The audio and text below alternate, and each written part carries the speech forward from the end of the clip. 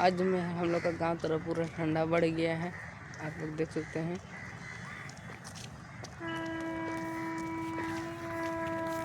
देखिए पूरा ठंडा बढ़ गया है। ये बच्चा पूरा मॉर्निंग वॉक कर रहा है, देख सकते हैं आप।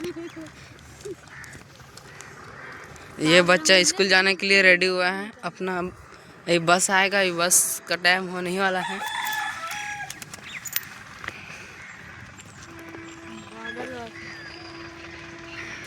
देखिए ये अभी पूरा कुहासा कर दिया है, कोहरा।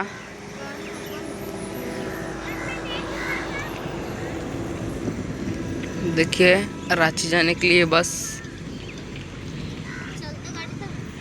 देखिए मेरे मम्मी खड़ा है, देखिए मेरे बहन अभी स्कूल जाने के लिए रेडी हुए हैं, बस आ रही है।